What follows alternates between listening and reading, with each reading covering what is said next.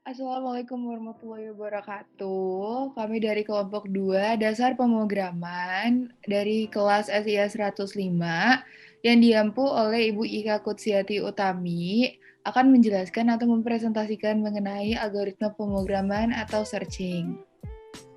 Sebelumnya, ada beberapa hal yang akan kita bahas di sini, yaitu ada introduction, what is searching, dan juga why do we need searching yang akan dibahas oleh Dava dan juga Fibrananda. Lalu yang kedua, ada type of searching yang dibagi lagi menjadi dua, yaitu sequential search dan juga binary search. Sequential search akan dibahas oleh Muhammad Rehan Akbar, Fawaz Kanziwa, dan juga Akmal. Dan binary search akan dibahas oleh saya sendiri, Jessica Mawar, dan juga Muhammad Kemal Syaputra. Without further ado, let's get on into the introduction.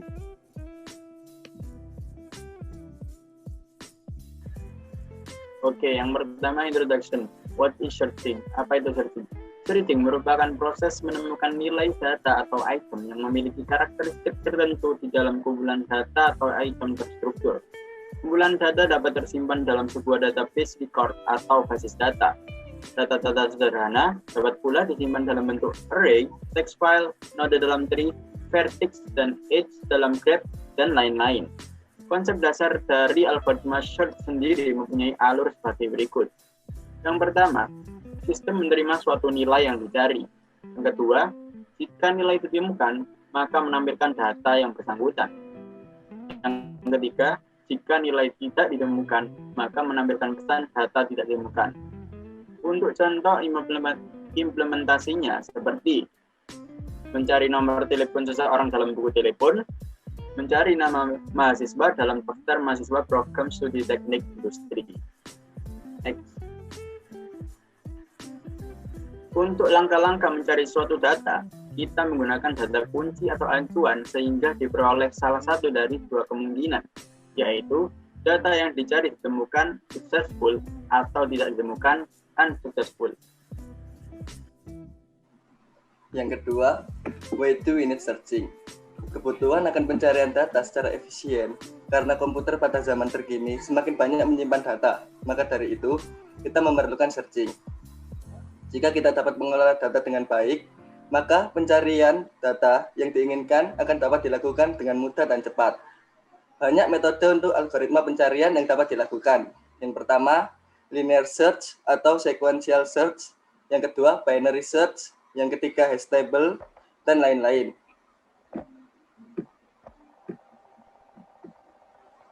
Contoh proses pencarian.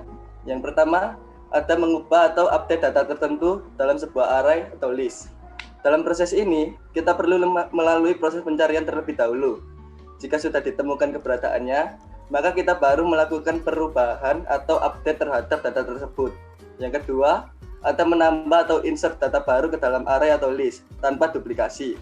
Untuk memastikan tidak ada data yang duplikat dengan data baru yang ingin ditambahkan, maka diperlukan proses pencarian seperti proses yang sebelumnya. Jika pada saat proses pencarian ditemukan data yang sama atau sudah ada, maka data baru tidak jadi dimasukkan. Selanjutnya kita akan beralih ke sequential search. Bisa dilanjutkan.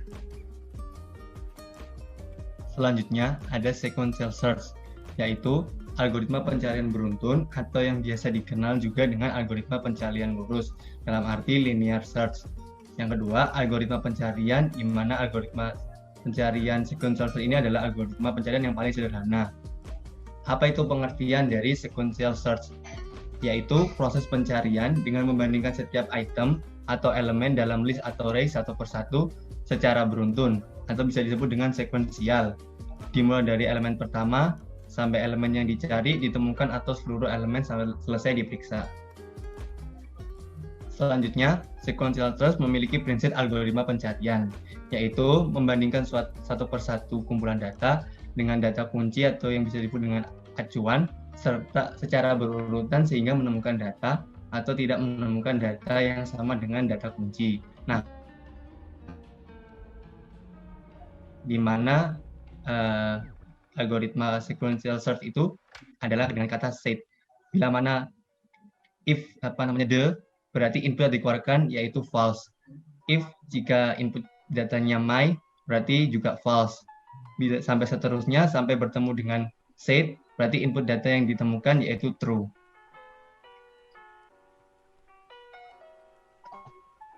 Selanjutnya ada urutan algoritma yang digunakan untuk pencarian beruntun sequential search. Yang pertama, tentukan dulu dan masukkan jumlah n suatu kumpulan data yang akan dilakukan pencarian, atau bisa juga dibilang len dari listnya. Kedua, tentukan dan masukkan data yang akan dicari atau data kunci. Yang ketiga, bandingkan data kunci dengan masing-masing data yang ada di kumpulan data secara berurutan. Lalu yang terakhir, yang keempat, proses perbandingan pada nomor 3 dilakukan secara berulang hingga menemukan data yang sesuai dengan data kunci atau data bisa dibilang ditemukan, atau semua data telah dibandingkan hingga data terakhir atau bisa dibilang tidak ditemukan. Selanjutnya ada algoritma untuk contoh algoritma untuk sequential search. Di sini algoritmanya yang pertama kita set K sama dengan 1 dan log sama dengan 0. K itu adalah indeks di setiap listnya dan log itu untuk log itu untuk kunci kalau datanya sudah terbilang benar. Yang kedua, repeat step 3 dan 4 while K masih di bawah N. N itu adalah panjang dari listnya. Kalau indeksnya masih di bawah listnya, indeksnya masih di bawah jumlah listnya, artinya masih bisa dilanjutkan. Lalu ketiga, if K sama dengan list indeks K-nya. Contoh di sini, misalnya yang pertama kita cari itu 62, lalu indeks pertamanya itu 4, artinya tidak sama, lalu kita lanjut ke indeks kedua. Nanti di sini K-nya berubah nilai jadi 2. Selanjutnya kita cari sampai ketemu dengan 62 di indeks kelima di sini. Maka K-nya akan menjadi 5. Lalu log akan kita set tidak jadi 0, lognya itu sama dengan K di sini. Ya, selanjutnya. Secara umum berjalan lambat, sequential search itu berjalan lambat kecuali jika elemen diurutkan terlebih dahulu. Contoh, jika list atau array tidak terurut, untuk mencari elemen 15 perlu membandingkan list elemen sebanyak 6 kali. Tapi kalau terurut, misalnya di yang contoh kedua ini, kita hanya perlu membandingkan list elemen sebanyak 3 kali saja.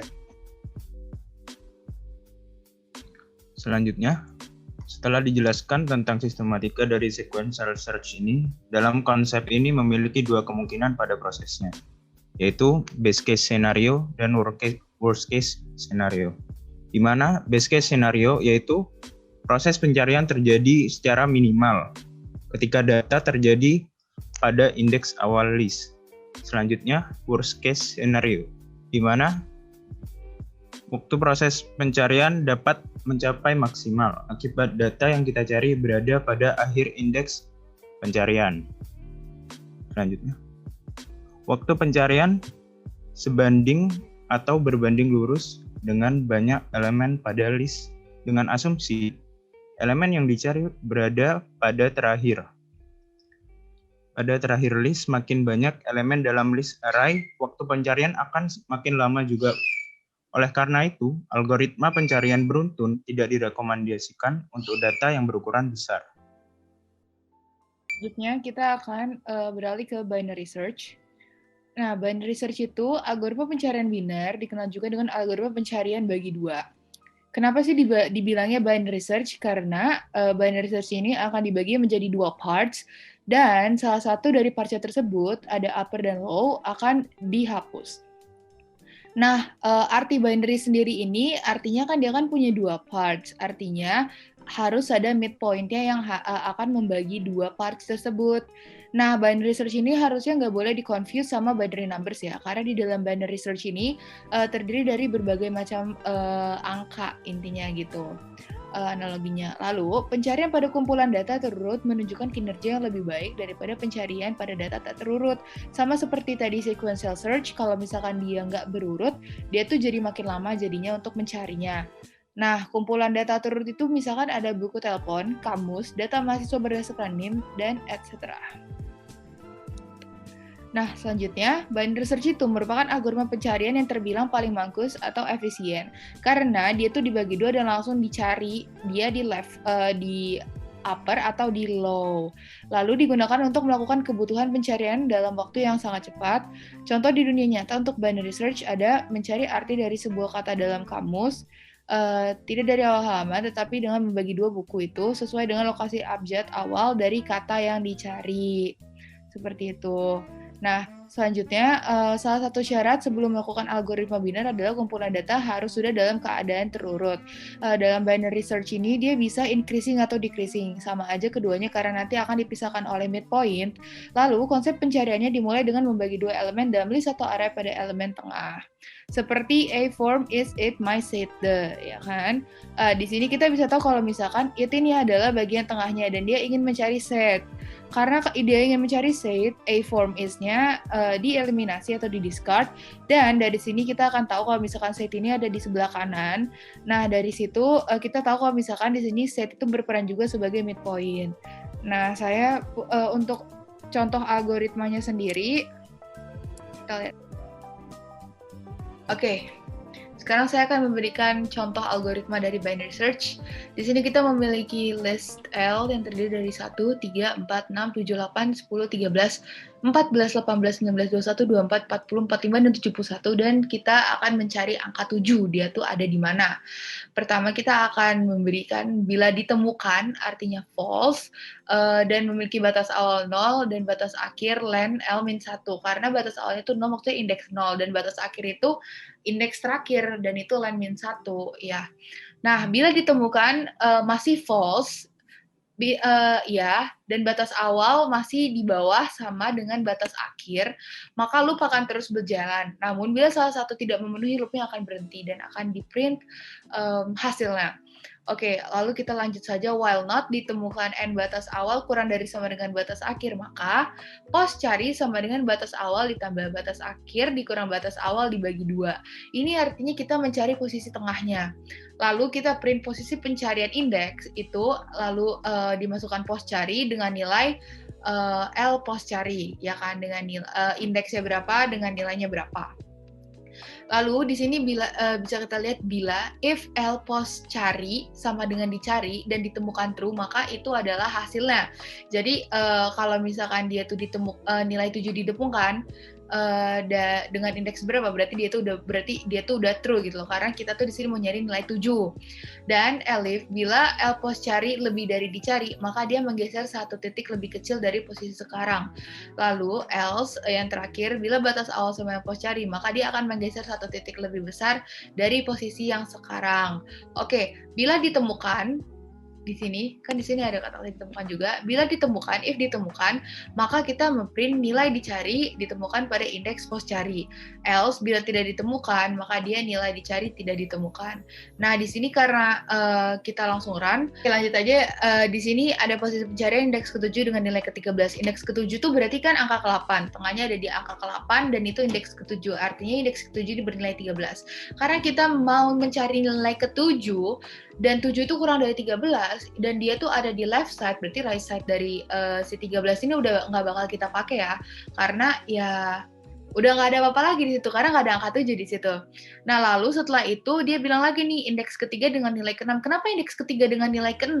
Karena dari sini kita bisa lihat 1, 2, 3, 4, 5, 6, 7 ya kan. Sisanya di sini kan. Nah, dari 7 itu kalau misalkan dibagi 2 hasilnya kan ada di keempat kan, bilangan keempat berarti indeks ke-3, berarti 0, 1, 2, 3, ya kan, bener kan? Oke, kita dapat midpoint-nya di sini 6. Nah, karena kita udah sampai midpoint-nya 6 di sini, kita cari 7 itu ada di sebelah mana? Oh, 7 ternyata ada di sebelah kanannya. Karena 7 ada di sebelah kanannya, kita lihat lagi antara 7, 8, dan 10. Nah, karena 7, 8, dan 10, kita lihat lagi indeks ke-5 dengan nilai 8. Bener kan? Dari antara 7, 8, dan 10, midpoint-nya pasti 8 kan? Karena di antara 7 sama 10 cuma ada 8.